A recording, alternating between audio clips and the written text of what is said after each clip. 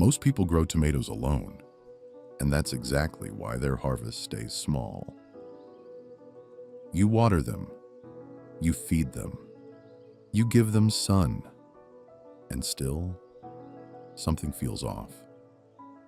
The plants grow, but not strong, not productive, not like they should.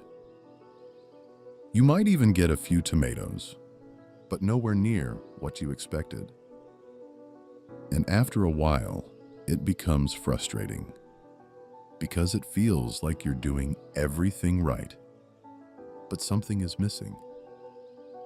Right now, this is what happens in most gardens. You plant your tomatoes, you give them space, you keep everything clean around them. It looks neat, organized, but underneath, the soil dries out faster. There's no protection, no support, no interaction. And slowly, without noticing it, the plant starts struggling. Not because you're doing something wrong, but because something important is missing. Here's what most gardeners don't realize. Tomatoes were never meant to grow alone. In nature, plants don't grow in isolation. They grow in systems. They support each other, protect each other, feed the soil together. Nothing grows as a single crop. Everything is connected. And this is where most people misunderstand gardening. They think plants compete. They think each plant needs its own space, its own nutrients, its own care. But in reality, plants are constantly interacting. Through the soil, through their roots, even through the air. Some plants protect each other. Some improve the soil. Some attract insects that keep everything in balance. And once you start thinking this way, you stop planting crops. You start building systems. And when you recreate that system in your garden, everything changes.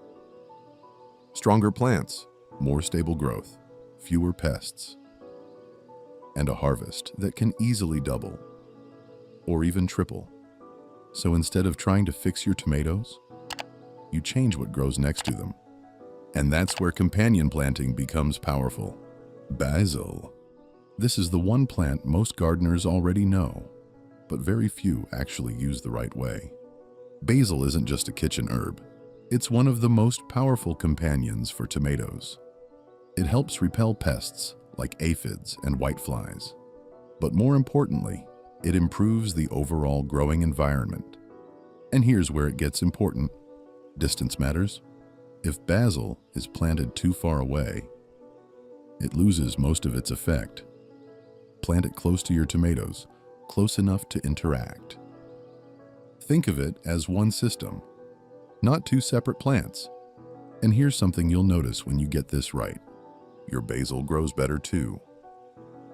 The leaves stay softer, more aromatic, because the environment becomes more stable for both plants. It's not one plant helping another. It's the whole system improving together. Marigolds. If pests are your biggest problem, this is where things start to change. Marigolds don't just look good. They actively protect your garden. Below the soil, their roots reduce harmful nematodes. Above ground, they attract beneficial insects. So instead of reacting, you prevent. Spread them throughout your tomato bed, not just in one corner. They act like living shields. And over time, you'll notice something interesting. You stop seeing pest outbreaks. Not because pests are gone, but because they never take over. The balance stays intact. Garlic and onions. What if protection didn't come from sprays, but from smell? Garlic and onions release compounds that pests avoid. They don't kill pests, they keep them away. And that's often more effective. Plant them around the edges of your tomatoes, and create a natural barrier. Carrots. Not every companion plant works above ground. Some of the most important support happens underground. Carrots grow deep. Tomatoes stay higher. They don't compete, they cooperate. Carrots loosen the soil and improve root development. Stronger roots, stronger plants. Lettuce. This one surprises most people because it's not about boosting tomatoes directly. It's about improving the system. Tomatoes create shade. Lettuce thrives in cooler conditions. So when you plant lettuce underneath, both plants benefit. Less exposed soil, less water loss, less stress. And this is where watering becomes easier, because shaded soil holds moisture longer. So instead of watering every day, you suddenly don't have to. And that's when you realize this isn't just about plants. It's about reducing effort. Nasturtium. Now this is where things get really interesting, because not every plant protects directly. Some protect by distraction. Nasturtium attracts pests away from your tomatoes. Instead of aphids covering your tomato leaves, you'll find them somewhere else.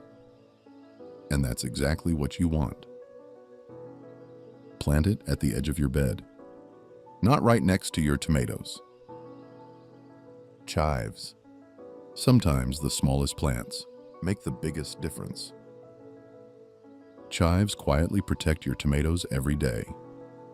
They repel aphids and improve the plant environment. Plant them between your tomatoes and let them do their job. What to avoid? Not every plant helps. Potatoes compete for nutrients and share diseases. Corn attracts pests that also target tomatoes. And brassicas can slow tomato growth. These combinations don't fail immediately, but over time, they reduce your harvest. At this point, something important starts to shift. You're no longer reacting to problems. You're preventing them, and that changes how you garden completely. Stronger plants, better growth, fewer problems. Because now, your garden works as a system. Most people try to grow better tomatoes by doing more. But the real shift happens when you change the system around them. Because tomatoes don't need to be fixed. They just need the right neighbors.